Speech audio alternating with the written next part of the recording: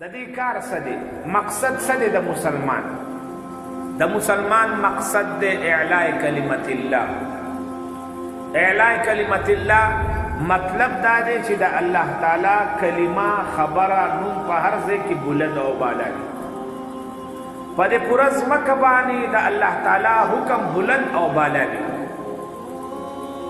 وزمون په مقابله کې مسلمانانو په مقابله کې کفار شته دي. نو کفار دي کافران کا اوسیږي او مسلمانېږي نو ټیک ته نه دي مسلمانېږي، خو چې لیکن دا هغه ځکه د اسلام پرچم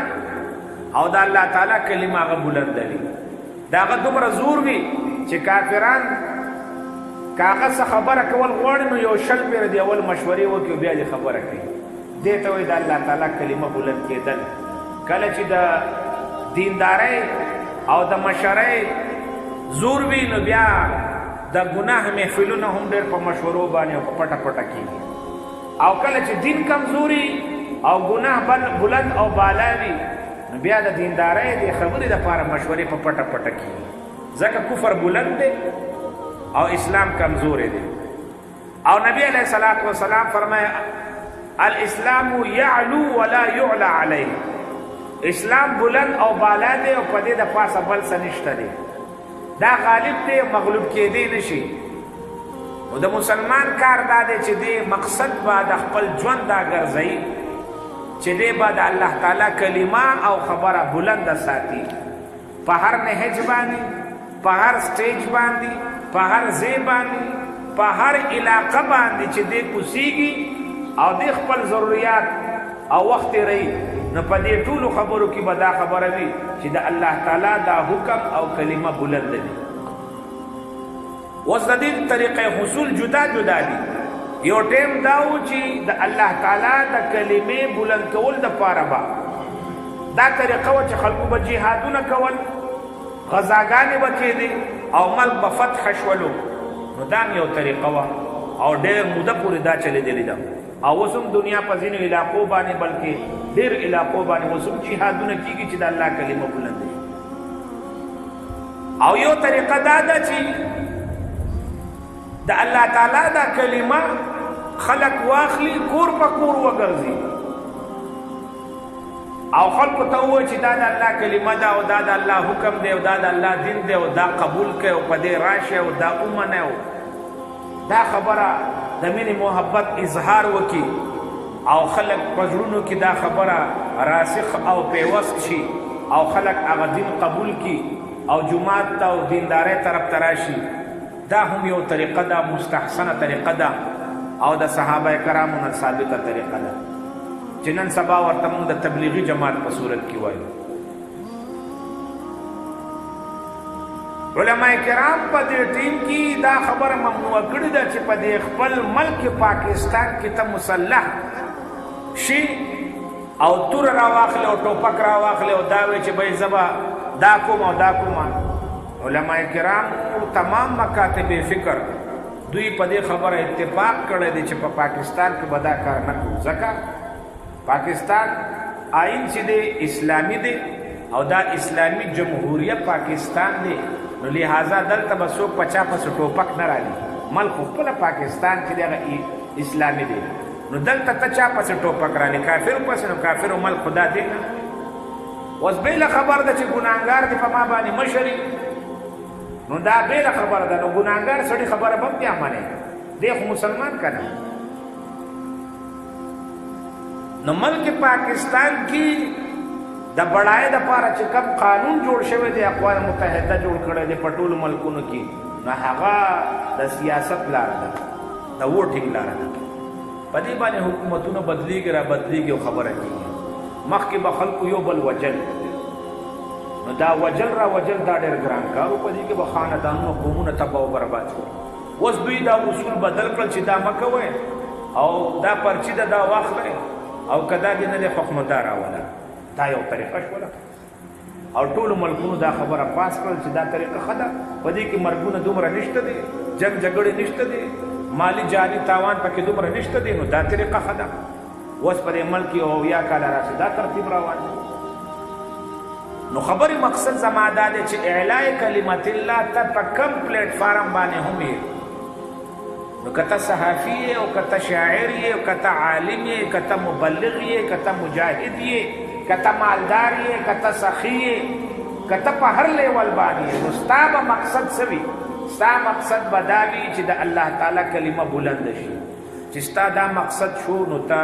کامل مسلمان یې ځکه ستا مقصد بهترین دی ځکه دا مقصد د نبی علیه السلام او دا مقصد د تمام پیغمبرانو چې د الله تعالی کلمه بلند شي زمارونو د دین اسلام دو شعبې دي یو عبادت دی عبادت ورته موږ وایو او یو شریعت دی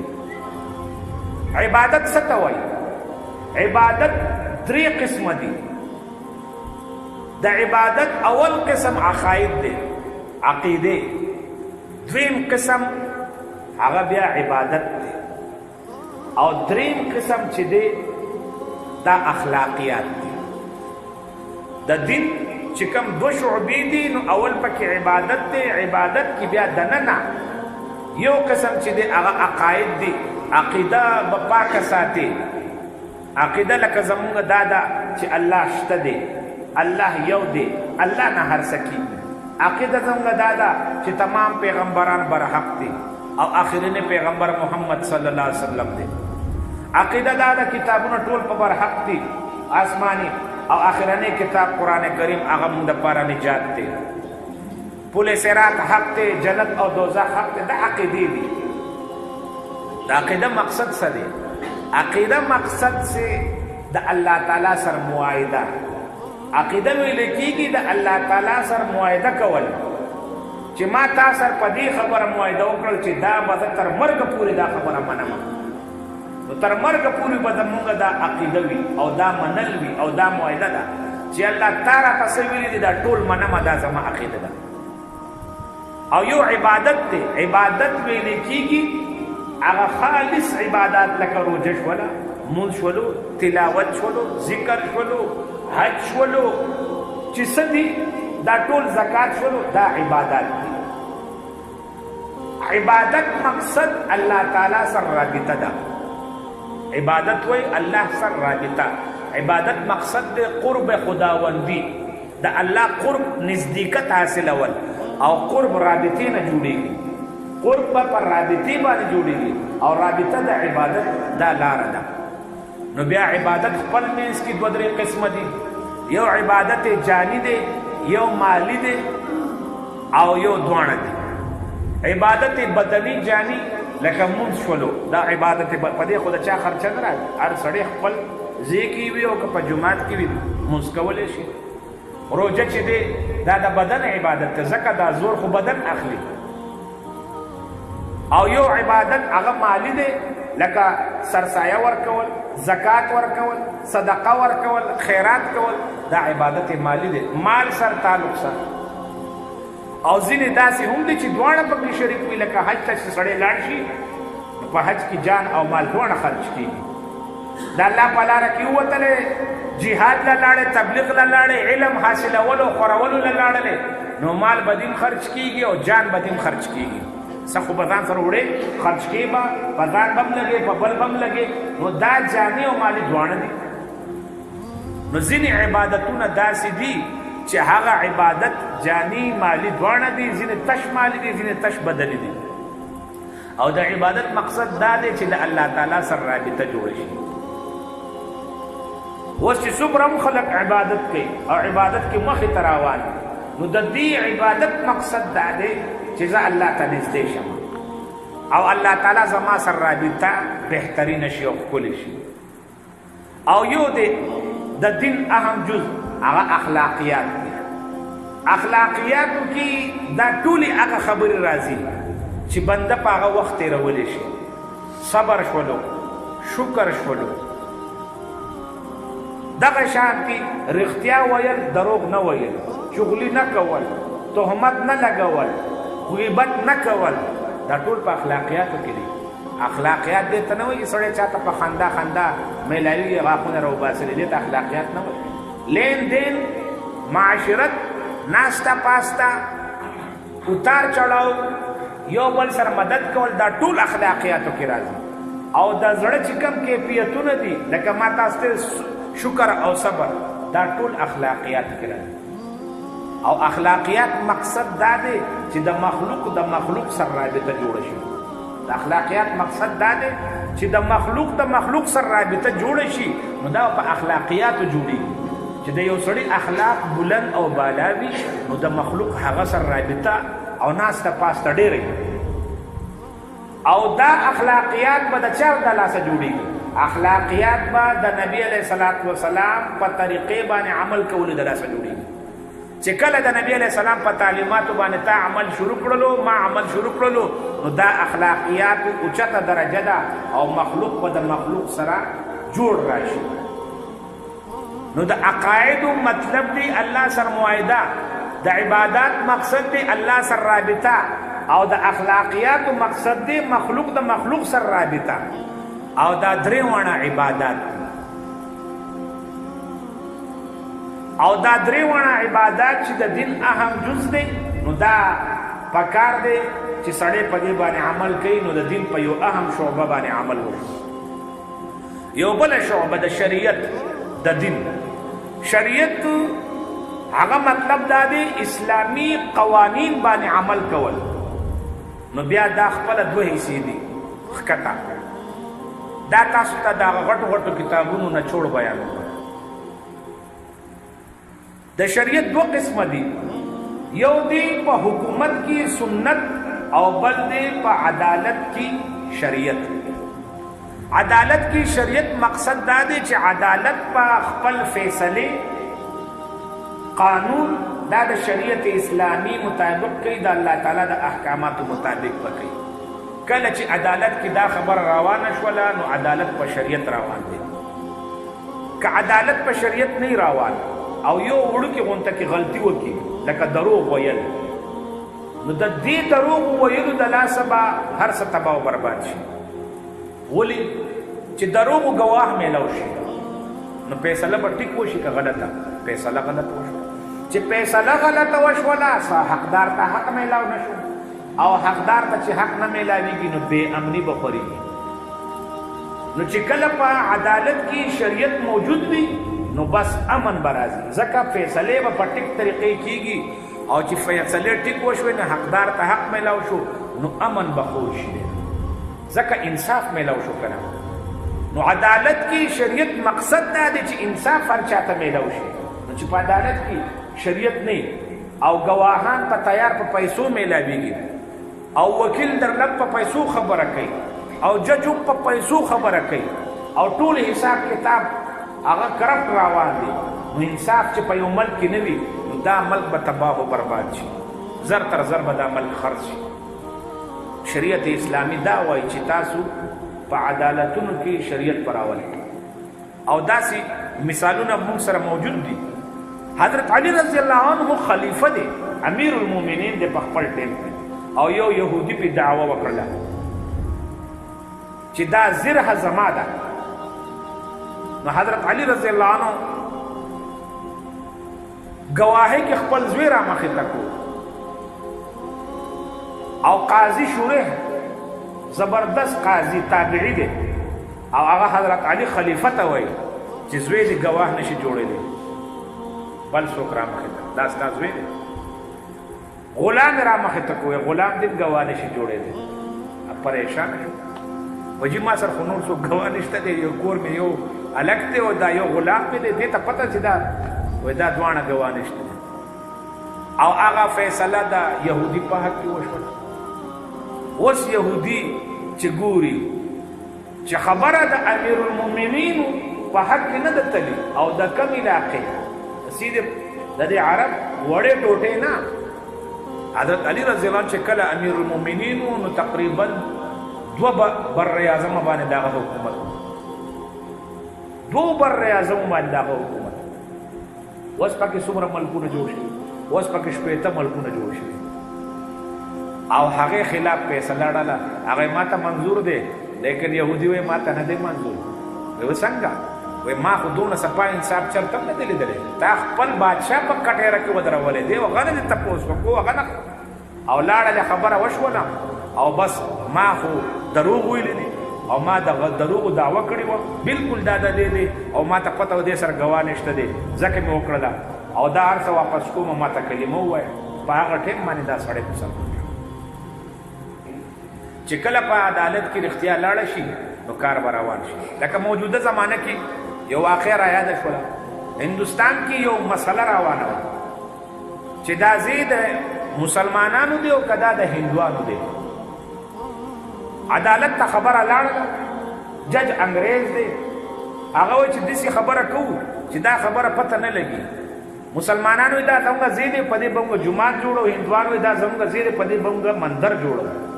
نو دوی ته وایي چې تاسو یو کس خوښ کړئ چې په هغه په فیصله باندې عمل وکړو نو هندوانو ورته وایي چې د دوی یو مسلمانانو یو عالم دی مفتی الهی بخش کاندهلوي هغه یاد کړي چې دې باندې به دې چې څه وایي موږ به ومنو چې هندوانو دا وایي نو مسلمانان خاصه خوشحاله وه هغه وایي چې خلک اصلي نه زموږ مولي صاحب دې یاد کړی دی او خبر هم د جومات د ځمکې ده خامخا به زموږ ملګرتیا کوي عدالت خبرې له راوستلو کېنولو هغه ساده سړی و دینداره اوچت عالم و هغه ته یې ووایي چې څنګه چل دی چې تا څه فیصله وکړه هغه به موږ نافظه کړو تا ته معلومات دي نو هغه وایي چې دواړه به زما خبره منې وې او وایي زه خو دا ویم چې زما کوم معلومات دي دا ځمکه د دې هندوانو ده او دا د دوی له ورکړل دي هندوان خوشحاله شول او مسلمانانو په خېټه دړ شو دا مولا موږ نه منو دا د جومات نه وباسئ ځکه دې د مسلمانانو په حق کې خبره ونه کړه د کلي نه یې وباسئ هغه وایي چې هر چېرته مې وباسئ خو دا خبره مې درته حقه وکړله او قرآن وایي چې حق خبره کوئ که ستاسو د خپل په دې باندې سر ولې نه قلم کېږي حق دې ته نه وایي چې ستا خپل سړی ته نقصان ورسېږي د حق اعلی معیار دا دی چې ته پکې مرګ ته نږدې شې دې ته اصل حق وایي ته پکې مرګ ته لاړ دي استاد زوی او پلار او ورور دې مرګ ته لاړلې نو هغه لاړې ته خو نه یې تلې که نه چې ته مرګ خولې ته ورسېدې او ته په حقه یې زه به دې ومنم هغه چې دا خبره وکړله او مسلمانان خفه شول او د هندوانو خوشحالي جوړه کړله هندوان خپل منځ کې راغونډ شول او جج مخې ته یې خبره وکړل چې جج صاحب خبره واوره مخکې دومره خبره ښکاره شوه چې دا زموږ ځای دی خو لیکن مونږ اوس بله خپله فیصله کوو دا ځای مونږ نه الو دا ځای مونږ پرېږدو چې پرېږدو چې دوی په جومات وکړي او مونږ کلمه د دې سړي په لاس باندې وایو چې مونږ مسلمان یو هغه خلک مسلمانان شول ځای پاتې شو جومات ته او جج چې فیصله وکړله نو هغه وایي هندوستان مسلمانانو وبایلله نن او اسلام وګټله نن داسې فقره یې ولیکله مسلمانان خو په دین باندې نو روان په دروغ روان او اسلام دا تعلیم ورکولو چې حق خبره کوي حق خبره هغه سړی وکړله اسلام په حق روان مسلمان په غلط روان نو خبره مې په دې کوله چې په عدالت کې چې شریعت موجود وي نو امن به راځي او انصاف به میلاو شي خلکو ته امن به راځي او دویم جز دا دی چې په حکومت کې سنت پکار دی حکومت سنت مطلب دا دی چې حکمران طبقه وزیران طبقه دا با خپل عمل هغه د نبی علیہ السلام د تعلیماتو مطابق تیری سنت مطابق نو دې ته په حکومت کې سنت کله چې حکمران طبقه سنت مطابق روانه شوله او په حکومت کې سنت رالی سنت طریقې رالی نو دینه به چې کم فایده میلاویږي نو هغه فایده ډېره اوچته ده ځکه په سنت باندې عمل کولو د وجې نه یو عظیمه فایده دا ده چې ته به د سړي عزت کې دې ته وایي عزت نفس سنت باندې عمل کول د وجې نه عزت نفس میلاویږي دا ټکي یاد ساتئ سنت باندې عمل کول د وجې نه څه میلاویږي عزت نفس عزت نفس دې ته وایي چې چاله عزت ورکول سنت باندې چې عمل کوي نو عزت نفس پیدا کیږي یعنی چاله عزت ورکول د وجې نه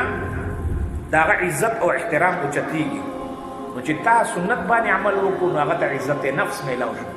او چې کله عزت نفس چاته میلاو شو نو محبت په پیدا کېږي او محبت نه بیا په علاقه کې امن راځي کورونه ولې وران دي محلې ولې وران دي روري ولې ورانه ده ځکه چې عزت نفس نشته او عزت نفس د سنت طریقې خلاف خلق روان شوي دي، نو دې د وجې نه نشته دی. یو مثال در کوم، مونږ مجمع کې ناست یو، لکه حجره کې ناست یو، جومات خو جومات دی، خو یو ځای کې مونږ ناست یو، حجره کې یو بیٹک کې ناست یو، یو محفل دی او یو کس د بهر نه رالی، نو سنت طریقه دا سړی به السلام علیکم ټیک ټیک او خلک به ورله جواب ورکړي. بیا دام سنت طریقه ده چې هر یو سړی وډقېږي دې خوا راځه، بل وی دې خوا راځه، دا سنت طریقه. اگر چې په محفل کې ځای نه خو هسې سړی وډق دې خوا راځه دې خوا راځه، نه خو به یو طرف ته کښېني که نه. او بیا دام سنت دی چې هغه سړي ته بالغ کېده وه، که بالغ یي د ایښودو ته شي کېده وه چې بیا خصوصا مشر په علم کې یا عمر کې یا کمزوري وي بیمار وي هغه ته څه کېده وه. او بیا دا هم سنت دی چې په محفل کې څه موجود وي نو هغه وله ورکړه، لکه اوبه موجود دي اوبه وله ورکړه، چې پروت دی چې وله ورکړه. اوس په دې لږ ساعت کې دې سړي سرسره راپېښ شول چې دې له خلکو جواب هم ورکړو، دې له ځای هم ورکړو، دې ته یې بالغ هم کېښودو، دې ته یې اوبه هم کېښودو. نور کاروایي خو به روانې، که دا د جرګې محفل دی، که دا د جنګ جګړې محفل دی، که دا د حساب کتاب محفل دی، که دا د خوشحالۍ محفل دی، خو لیکن دا رالی سړی او دې له تا عزت ورکو، دې ته عزت نفس وایي. چې دې ته عزت نفس تا ورکو نو دا سړی به د هر چا خبره هم اوري او خبره به کوي. اوس نه تا سلام جواب ورکو، نه دې ورله ځای ورکو، نه دې ورته بالغ کېښود او نه دې د چیو د اوبو تپوس وکړو چې د خپل حیثیت مطابق. دا سړی به آیا د دې محفل کې به په سکون سر کښېني یا به څه خبره وکړي؟ نه، ځکه هغه ته عزت نفس نه دی ویلی. په کور کې هم د هغوی معدې ته لاسې پلار ځکه خفه دی چې بچي د ما نه تپوس ولې نه دی کړی. بچی و چې پلار خو د ما سره په دې مشوره ونه کړله، مور وایي لور مې دا خبره وانه اورېدله. عزت نفس مسله ده. هر یو سړی دا وایي چې دې ما له په دې خبرې کې عزت ولې رانه کړه، زما نه په دې کې تپوس ولې ونه شو. هغه عزت ورکول اخیستل مسله دا د سنت تعلیماتو کې پراته دي چې په سنت تعلیماتو باندې سړی روان نو بل چاله به ته عزت ورکې او تا چاله عزت ورکو نو دې نه به مینه محبت خورېږي. لکه حدیث کې راځي تهادو تهابو، یو بل له هدیه ورکوئ، یو بل سره به مینه سیوا کړي. حدیث کې راځي د کلام نه مخکې سلام کوئ، السلام علیکم ووایئ، بیا وروسته خبره وکئ. ته لاړ شي لاس میلاو کړې څنګه خیر السلام علیکم، دا خوند کوي. او که نه السلام علیکم ووایئ او بیا وروسته خبر شو. روان سړی به نو که یو سړی په سورلی روان دی نو پیاده باندې به سلام کوي، پیاده روان دی په ناست خلکو به سلام کوي، ډېر لږ روان دی نو په ډېرو خلکو به سلام کوي. اسلام یو ترتیب ورکړی دی. او یو دا محفل دی لکه د بیان کومه نو سلام مناسب نه دی، مکروه دی. مونځ کوي سلام پې مکروه دی، تلاوت کوي سلام پې مکروه دی، بانګ وایي مکروه دی، مونځ کوي مکروه دی، وظیفه کوي، علمي درس ته ناست دی، استادان شاګردان سبقونو ته ناست دی، مکروه دی. سړی خوراک او څښاک او بول ته ناست دی، دې کې نه دی پکار. او که ته وږی شوی ته چې په دې ډوډۍ کې دم شریک شم سلام وکړه او کښېنه ورکړه بیا خو ټیک. عزت نفس دا به کله راځي دا سنت باندې چې سړی عمل وکړي. په حکومت کې چې کله سنت راغلی نو عزت نفس به راشي او عزت نفس داسې اصل شی دی چې دې د لاسه مینه محبت سیوا کېږي. او مینه محبت چې راغلی نو امن راغلی، مینه محبت راغلی امن راغلی. انسانیت غواړي دا چې امن او انصاف په هر ځای کې وي. اسلام درته ښیي چې مینه محبت او انصاف دا چې په قانون عدالت کې شریعت وي او په حکومت کې سنت وي، دا امن او انصاف او مینه محبت دا به تا ته په فری کې میلاوي. خلک د کروڑونو بجټ لګوي چې دومره کروڑونو بجټ ولګوئ. دا د کروڑونو بجټ خبره نه ده چې امن په دې راشي. امن په دې راځي چې په کم اداره کې انصاف پکار دی، خره انصاف ولې نشته دی، په کم طریقې باندې ملاقات او ناسته پاسته پکار ده هغه ولې نشته دی، دا فری کې میلاوي. اوس دا خبره چې حکومت کې سنت او عدالت کې شریعت نو دا څه غواړي؟ دا دواګانې غواړي خو لیکن دا طاقت او قوت غواړي. دا په زور باندې راځي، دا په خیرات کې نه راځي. واعد لهم ما استطعتم من قوة ومن رباط الخير ترهبون به عدو الله وعدوكم. دومره طاقت استعمالوي چې دشمن در نه ویریږي او هغه دشمن به ستامي او د خدای به هم وي ویروي. نو ته چې دومره په لویه سطح باندې کار کوې نو دې لپاره طاقت او قوت پکار دی. نو هله به په عدالت کې شریعت راشي، هله به په حکمران طبقه کې سنت راشي. اوس که ته حکمران طبقې لپاره ښکته نه دعوت و تبلیغ کار ښه په لویه سطح روان وي، لیکن هر حکمران سړی تا سره نشي کېناستی.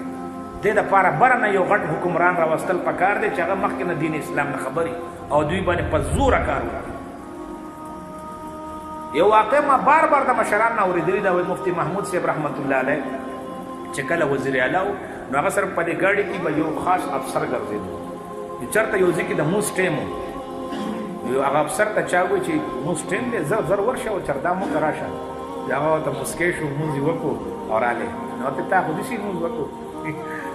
بیا وایي د مفتي صاحب نه چې سره چې کله په ګاډس کې راغلی یم نو سهار چردام کور کوم، مونځ هم وکړم بیا دلته راغلم، ټوله ورځ په چردام کې ګرځم. نو چې حکمران هغه مونځ ګزاري نو خلک به ورسره مونځ ګزاري. یو عام مثال دا دی، زه خو دا د علاقې خادم یم، خو ما ته هغه ورځ په یو ځای کې د علاقې خپل مشرانو خبره وکړله چې نوراني مولوي صاحب مونږ خو مخکې اخوا دې خوا روان و، ستا د لاسه اوس مونځ هم په ټیم کوم او مجلس کې ګډې وډې نه وایو، وایي ښه په طریقه روان یو. مخکې چې څه شوي دي خدای دې راته مات کړي، وایي اوس وایي مونږ ښه په طریقه روان یو چې بیا خدای رانه خفه نه شي. مې په دې شکر پکار دی چې الله تعالی په دې عمر کې او دې ټیم کې تعالی یو توفیق درکو چې تا الله تعالی نه خفه کړي. نو خبره په دې کومه چې دا دو څیزونه به حاصلېږي، دې لپاره طاقت او قوت میلاو شنو هله به حاصلېږي. او بل دا د دین دوه حصې دي که نه، یو شریعت دی او یو عبادت دی. نو دا یاد ساته، عبادت دپاره پکار دی محبت او مینه، او د شریعت دپاره پکار دی طاقت او قوت. اوس خلکو غلط استعمال شروع کړی دی، خلک عبادت دپاره طاقت استعمالوي او هلته بیا مینه محبت استعمالوي. دا غلط حساب دی. اوس یو کس ته راغواړی چې راشه او مونځ یې زده که او مونځ دا طریقه دا سبق یې زده که، نو دا په زور ته نه راغواړي، دا په مینه محبت به پوهېږي. نو کم خلک چې عبادت دپاره مینې محبت طریقه اختیاروي نو دا خلک کامیاب روان دي، لکه تبلیغي جماعت دی. دوی په مینه محبت خلک راغواړي، چا سره جنګ جګړه بحث او مناظرې دا نه کوي. اوس لکه پنجپیریان شول یا اهل حدیث خلک شول، نو هغه شته مونځ نه خلک وباسي، هغه مونځ ولم خراب کړي او دا دې غلط کړی دی، دا نو مناظرې او بحث او زور او قوت اختیاروي. نو چې تا په عبادت کې زور او قوت اختیار کو نو هغه شی دې ګډوډ کړ، تباه او برباد. نو خلک به یې ځای مونځ نه کوم، ته به هغه ته وایي داسې شه داسې شه، هغه وایي نه یې کومه دا داسې د وو. او چې د مینې محبت طریقه اختیار کړله نو هغه به دې ته کښېني. چې کوم ځای کې زور پکار دی دله مال هلته خو څوک زور نه کوي، هلته خو زور پکار دی، شریعت دپاره زور پکار دی. هلته ډېر په خندا خندا خلک خبرې کوي، هلته د خندا خبرې دلته زور پکار دی، په زور باندې به دا شریعت نافظ کړي. نو خبره مې دا دې دپاره کوله چې د دې ټولو خبرو خلاصه څه ده، که عبادت کې ته او که ته د شریعت په معامله کې موجود یې، د دې دواړو خبرو خلاصه دا ده چې ته به د الله تعالی کلمه بلنده یې. تا چې د الله تعالی کلمه بلنده کړله